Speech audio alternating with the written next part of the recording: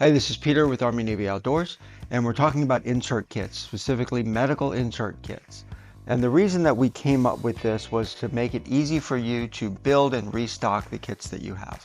So whether you're building a full CLS Combat Lifesaver kit, whether you're building just a personal IFAK for going out into the woods, going on a hike, leaving it in your car, or for the job site, you can mix and match to get exactly what you need.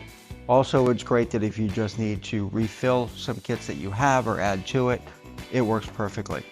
All of these insert kits were designed with a couple things in mind. Number one, you can use the kit just by itself. It's a resealable bag if you want to throw it in your backpack, and you don't need a pouch, you're all set to go. They were made to mix and match. So if I'm building a kit for, let's say, a disaster emergency, I want to keep it in my car, I might take a IFAK minor kit and put it with a trauma kit, either a basic or the level that meets my needs. If I need some more gauze in my kit because I'm making it a little bit bigger, maybe for a few different people, I'm going to throw in an additional gauze pack. So build it the way that you need it.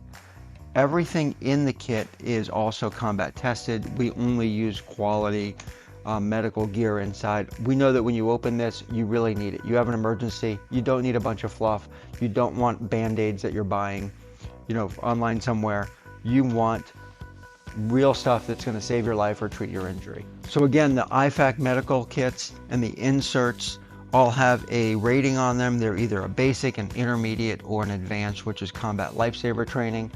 Don't buy a kit that you don't have the training for. It's going to have things like decompression needles, and if you don't have that skill set, you don't need to use it on somebody until you're trained for it. Now, all the kits also come in a resealable bag, so you can just throw this in your pack. You can take one of these.